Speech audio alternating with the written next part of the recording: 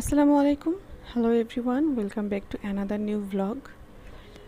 আলহামদুলিল্লাহ, আজকের এই চাঁদটা এত সুন্দর উঠেছে যে আপনাদের সাথে শেয়ার না করে পারলাম না। আর আশা করছি যে যেখান থেকে দেখছেন আল্লাহর অশেষ রহমতে সবাই অনেক অনেক ভালো আছে।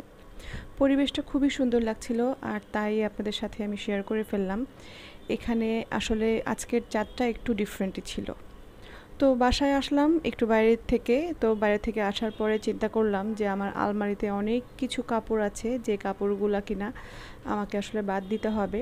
আমি সবসময় চেষ্টা করি আমার বাচ্চাদের সেম কাপড় পরাতে, তো সেই কাপড়গুলো আসলে অনেকগুলোই ছোট হয়ে গেছে। ইভেন অনেকে আছে গিফট করে, সেই গিফটেরগুলোও সেমই দেওয়ার চেষ্টা করে। তো এর মধ্যে ২টা পাঞ্জাবি ৩টা পাঞ্জাবি এমন ছিল যেগুলো কোনোভাবেই ২ ভাইয়ের একজনেরও সম্ভব না হওয়া।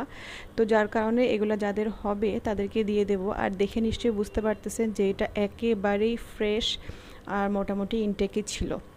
পরদিন সকালে নাস্তা বানাতে চিন্তা করছিলাম যে আমার ভিসাটা আজকে প্রায় ১৫ থেকে ১৬ দিন হয়ে যাচ্ছে, কিন্তু আসতেছে না। অনেকের নাকি তাড়াতাড়ি চলে আসে। সো এই ভিসা করে আমাদের মাথা পুরাই নষ্ট হয়ে গেছে, কারণ হচ্ছে কোনো কিছুতেই শান্তি পাচ্ছি না। মেডিকেল ভিসা যে এত দেরি হতে পারে এটা আসলে আমাদের কারোর জানাও ছিল না, যার কারণে না এইদিকে না ওইদিকে হচ্ছে। আমি যে প্রপারলি ডক্টর ঢাকাতে দেখাবো সেটাও হচ্ছে না, আবার ভিসার জন্য ওয়েট করতে যে লেট হয়ে যাচ্ছে।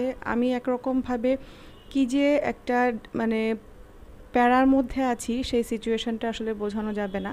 তো যাই হোক, এটা পরদিন সকালবেলা বাচ্চাদেরকে নাস্তার জন্য সবজি ডাল ছিল আর হচ্ছে ডিম করে আমি পরোটা দিয়ে নাস্তাটা দিয়ে দিচ্ছিলাম।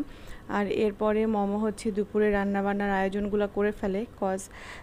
আমি হচ্ছে মাথা ঘুরায় আমার, যে আমি এখন এই কয়দিন ধরে দাঁড়ায় যে রান্না করব সেই কাজটাও আসলে করতে পারছি না। সো মমোর উপর দিয়ে ভীষণ পরিমাণ প্রেশার চলে আসছে। তো মোটামুটি পুরো সংসারটাই ওকে দেখতে হচ্ছে।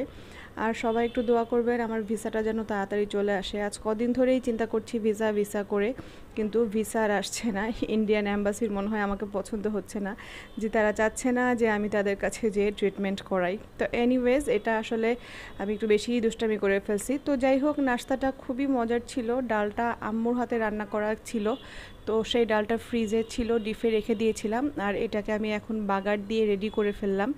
তো সকালের নাস্তাটা কমপ্লিট করতে করতে আমরা আমাদের কিছু কাজ আছে, সো সেই কাজগুলো কমপ্লিট করব। অন্যদিকে আমি আসলে বাচ্চাদেরকে রেখে এভাবে কখনোই বাইরে যাইনি, যার কারণে আমার জন্য হয়তো মুখে প্রকাশ না করলেও আমার ভিতরে একটু অন্যরকম লাগছে। আর তার উপরে আবার ট্রিটমেন্ট পারপাস দেশের বাইরে। সো আমার ছোট ছেলেটার চোখে অঞ্জলি না আজ নাই কিছু একটা হয়েছে, সো ঘুমাচ্ছিল, যার কারণে ভিডিওটা করতে পারছি। আদারওয়াইজ ও তো মানে কখনোই ভিডিও করতে দেয় না।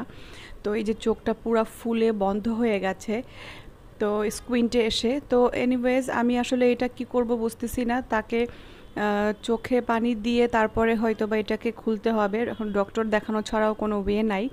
যে যা বলছে ওরকমভাবেই চেষ্টা করছি। তো আজকে নিয়ে ২ দিন হয়ে গেল আর আজকে পুরো চোখটাই তার বন্ধ হয়ে গেছে। মাশাআল্লাহ, যে গরম পড়েছে সেই গরমে আসলে সার্ভাইভ করা আমাদের জন্য কঠিন হয়ে গেছে। আর যারা বাইরে কাজ করে তাদের জন্য তা আরও অনেক অনেক অনেক কঠিন ব্যাপার। তো মমর এদিকে মোটামুটি রান্না ডান হয়ে গেছে। এই গরমে আসলে কিচেনে থেকে রান্নাবান্না করাটাও খুব কঠিন হয়ে যায় মহিলাদের জন্য। তো এখানে মুসুরির ডাল, একটা সবজি আর কি মিষ্টি কুমড়া ওটা করেছে, আর ডিম আলু দিয়ে একটা তরকারি করে ফেলেছে। সো আজকের মতো মেবি এটাই আমাদের লাস্ট। তো সবাই ভালো থাকবেন, সুস্থ থাকবেন। আসসালামু আলাইকুম, আল্লাহ হাফেজ।